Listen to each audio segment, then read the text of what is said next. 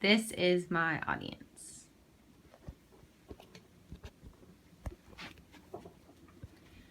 I just want to start off by asking you a question. No need to raise your hand, just think in your mind.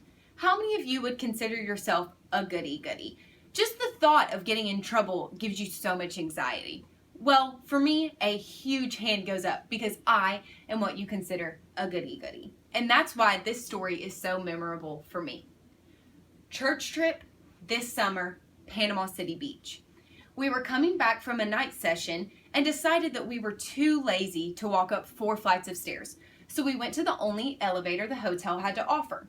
Now, of course, if you ever get a group of unsupervised teenage kids, anything that could go wrong will go wrong. So we all pile into the small lobby and press the elevator to call it down to the first floor. Now, while we're sitting there, I look over and I see this fire alarm in a plastic box. You can probably see where this one is going. Now, me being the curious one I am, asked my friend Matthew, "Hey Matthew, how can you get to the fire alarm if it has this plastic box around it?"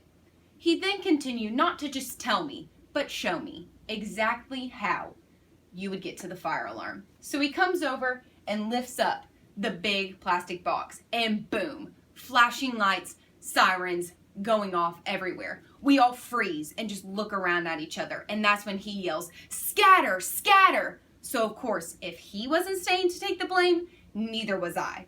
So we all dart out different doors and start sprinting up the stairs, barely being able to breathe because 1, we're sprinting upstairs, and 2, we were laughing so hard.